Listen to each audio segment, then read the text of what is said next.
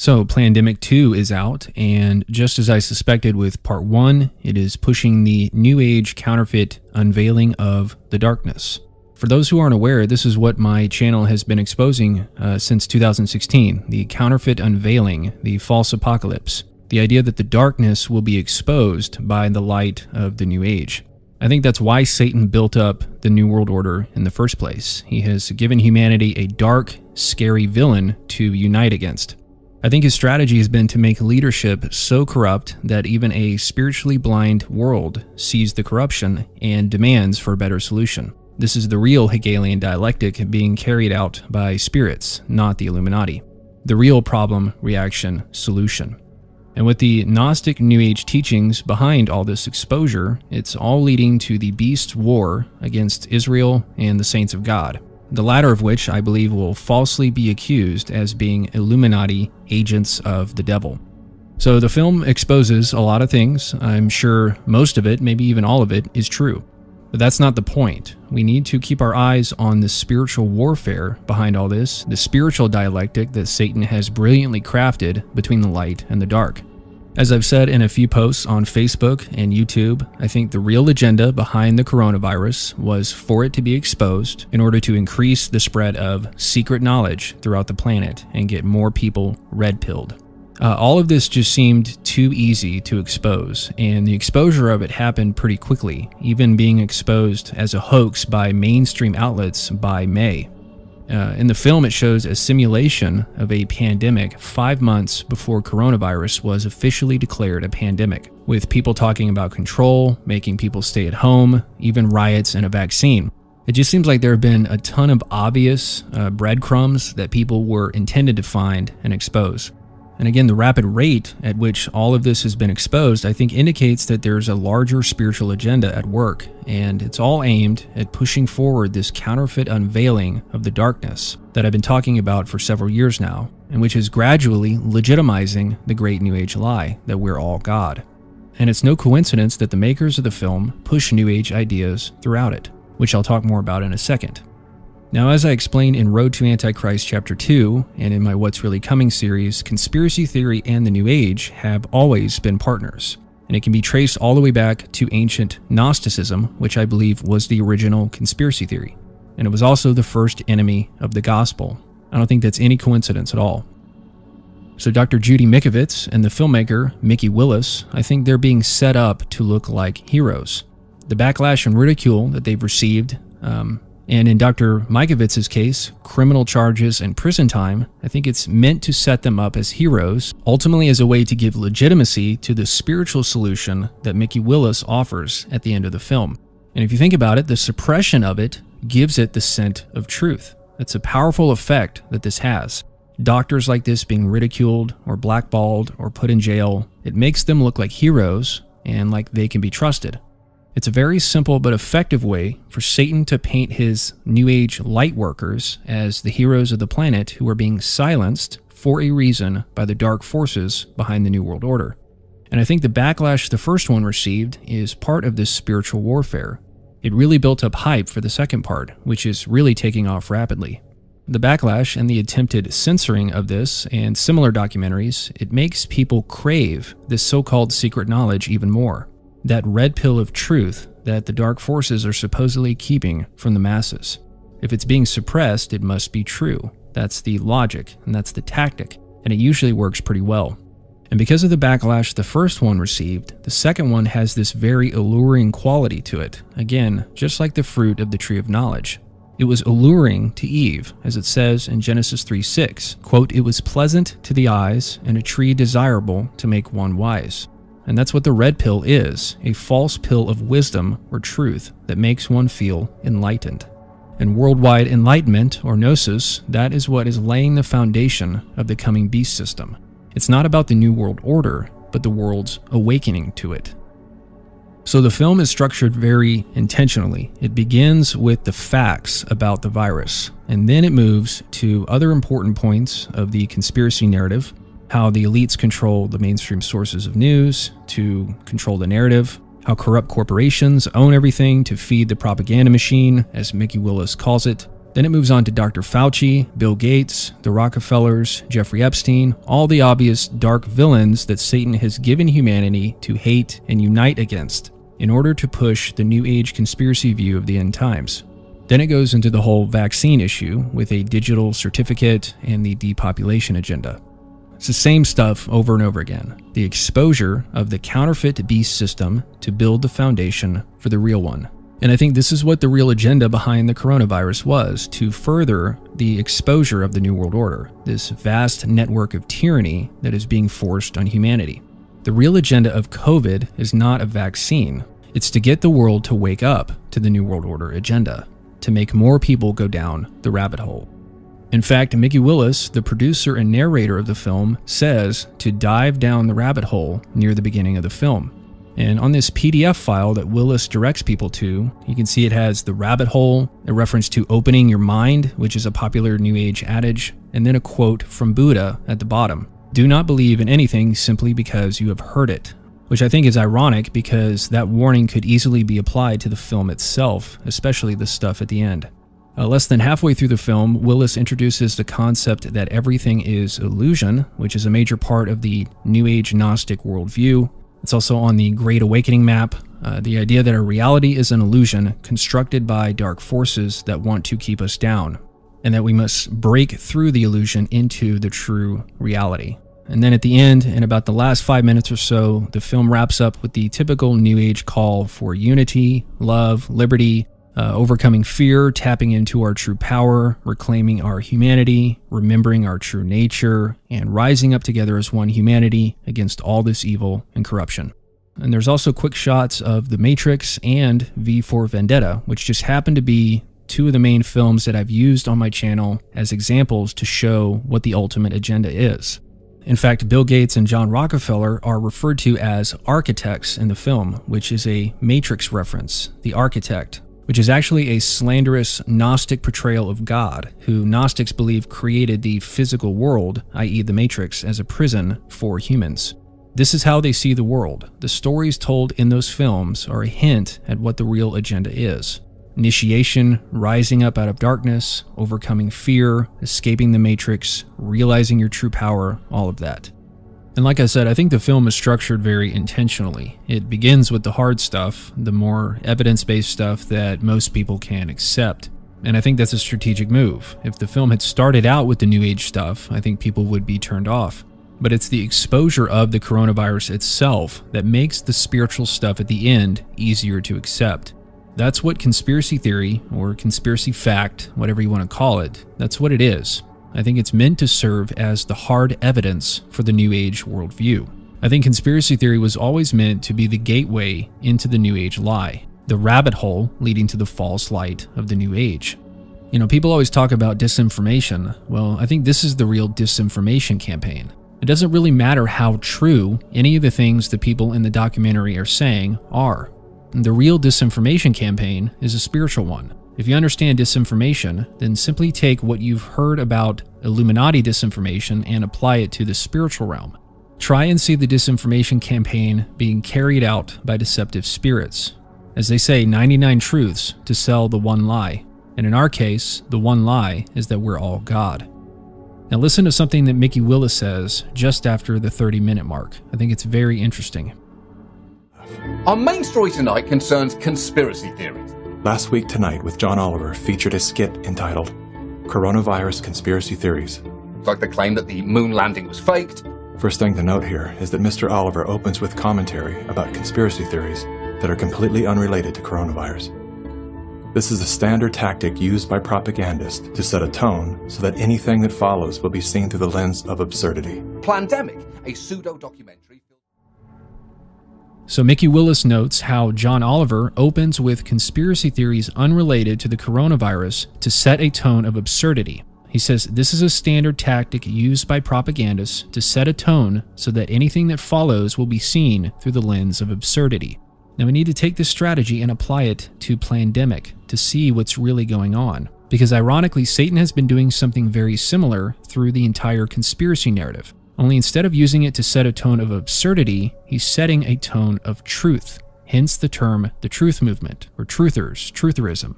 which is being legitimized more and more every day. The conspiracy narrative sets the tone of truth so that what follows, i.e. the New Age teachings, will be seen through the lens of truth. This is the real disinformation campaign, the real spiritual propaganda being spread by Satan.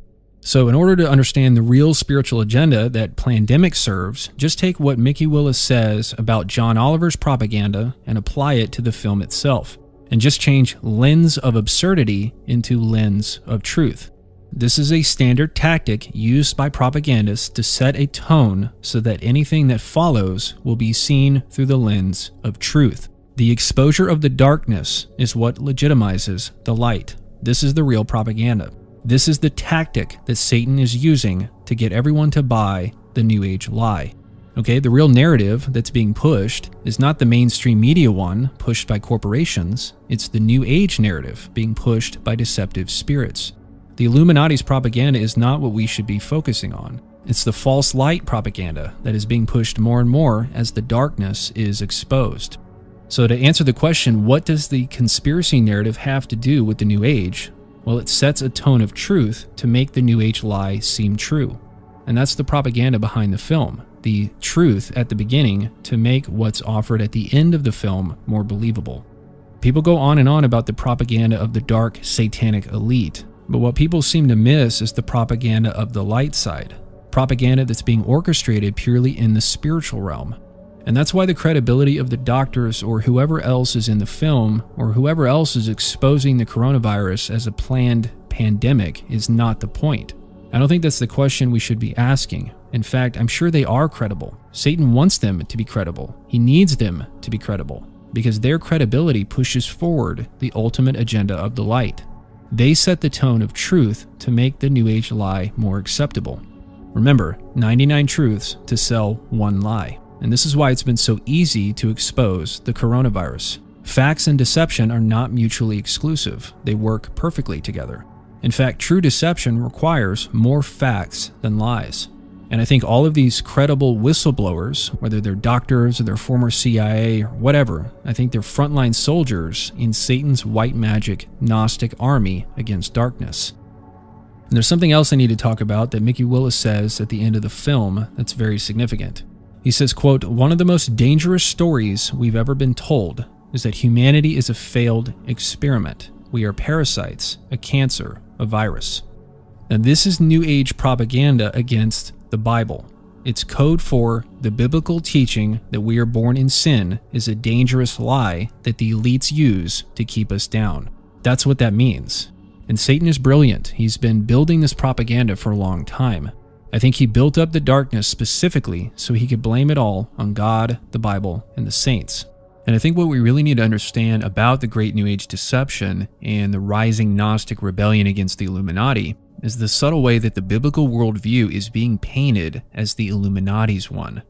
Satan has very purposefully made it seem like the biblical teaching of original sin is the mindset, worldview, or one of the tools of control of those who want to depopulate the world, and that's why they want to depopulate the world. And I mentioned this briefly in Road to Antichrist chapter 2, the idea that the Bible and its teachings that we are born in sin is a tool of the Illuminati as a way of making us feel like we are depraved in order to control us. This is how the New Age has been painting biblical doctrine for decades.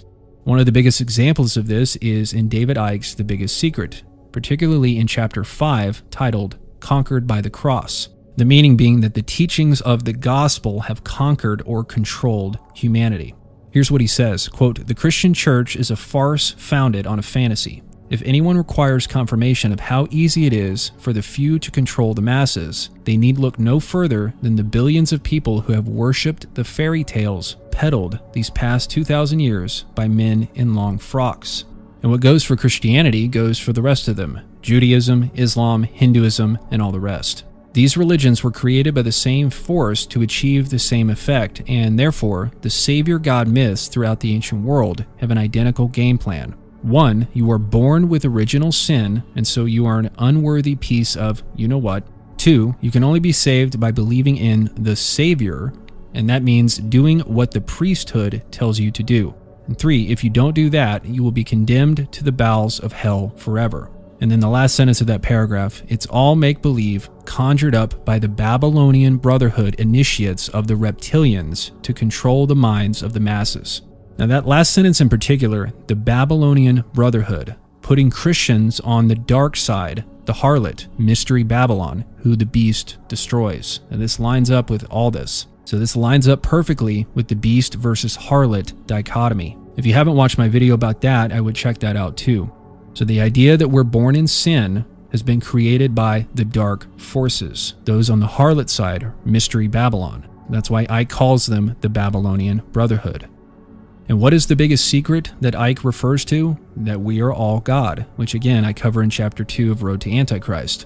The New Age lie is what is at the bottom of the rabbit hole. It's a journey of secret truths leading to the great lie. The rabbit hole is a giant disinformation trap. It's a journey of secret truths leading to the great lie.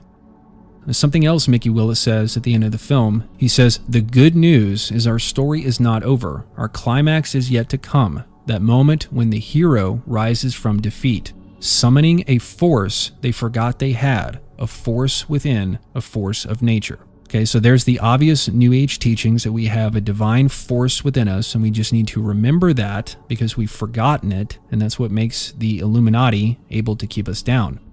And with the New World Order, I think Satan has given humanity, very purposefully, a dark villain to make them rise up as heroes. And notice how he calls this good news. That's what the word gospel means. So this is the false New Age gospel to counter the true one, which Satan has blinded most of the world from knowing. There are no secrets. The mystery of God has already been revealed through the gospel, through the incarnation of Christ, the Son of God coming in the flesh. There are many passages in the New Testament that talk about how Christ is the great mystery that's been revealed, which Satan counterfeited with his mystery school teachings that make us realize we are Christ.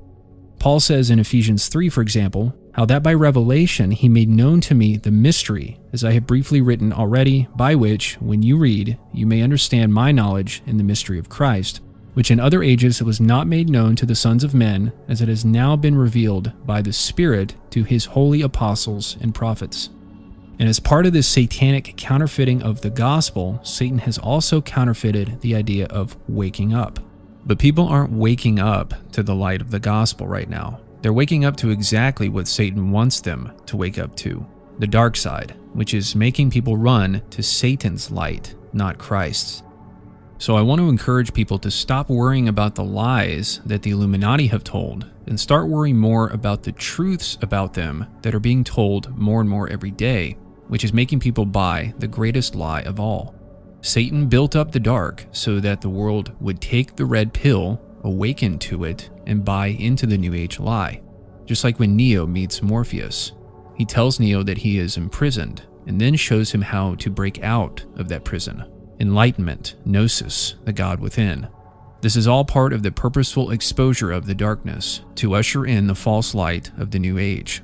Conspiracy theory reveals the dark control system to us, and then New Age spirituality offers us the way out of the prison planet. Like when Evie steps out of V's prison that he put her in order to transform her. This is the powerful 1-2 punch of conspiracy theory and the New Age, and I've been covering this in detail throughout my channel for a few years now. And once again, back to the Matrix clip with Morpheus telling Neo about the Matrix, the prison of the mind that we are stuck in, giving him the means to break out of it. The Archons have constructed this evil material world, according to Gnostics, to enslave us and keep us from realizing our true power. That's the Gnostic message, which is the foundation for all conspiracy theory. And the idea of imprisonment is part of the New Age belief structure. The Gnostic belief in the earth being an evil prison, it trickles down into all aspects of life within the New Age. New Agers will tell you that your body is a prison that you have to escape to achieve enlightenment. And along that same vein, conspiracy theorists will tell you politics, economics, and education are all prisons that keep you down. And the whole underlying theme in that message that, you know, we're on a prison planet, or there are prisons that have been constructed to keep you down, is because your God in the New Age You know, you're God, but you've been kept down, and you need to rise up and realize you're God. And what I believe is going to happen is that everyone on the planet will begin to realize that they've been living on this prison planet, and they will all have this new age awakening and realize that they've been enslaved, that this secret knowledge has been kept from them, and they're all going to fight back against the quote-unquote Illuminati, fight back against the counterfeit New World Order, the powers that be, the elite, etc. And that is exactly what Alex Jones and all the conspiracy theorists are trying to be. They're trying to be Morpheus, telling you that you are a slave in the Matrix so that you will have a Gnostic New Age awakening, fight back, reclaim your rights and your power, and become part of the free, democratic, New Age utopia, the New Atlantis. And if this caller or anyone else watching or listening buys what Jones says, what has essentially happened is that they have been recruited onto Team White Magic that is going to defeat Team Black Magic in this cosmic battle between the dark and the light that I believe is going to occur very soon. And I'm not talking about God defeating evil and during, you know, the apocalypse. I'm talking about this phony dark versus light battle that's going to come right before that will help fool people into buying into the New Age. What all of these New Agers and conspiracy theorists are doing is slowly but surely recruiting people onto Team White Magic to defeat the Black Magician Illuminati and the globalist control agenda. And of course, this all ties in with the Ascended Masters, who Alice Bailey says make up the Great White Brotherhood, who will help humanity defeat the evil dark archons, which, as I've said in previous parts, according to them, the archons are led by Jehovah, the God of the Bible. This is very serious spiritual warfare we're talking about here.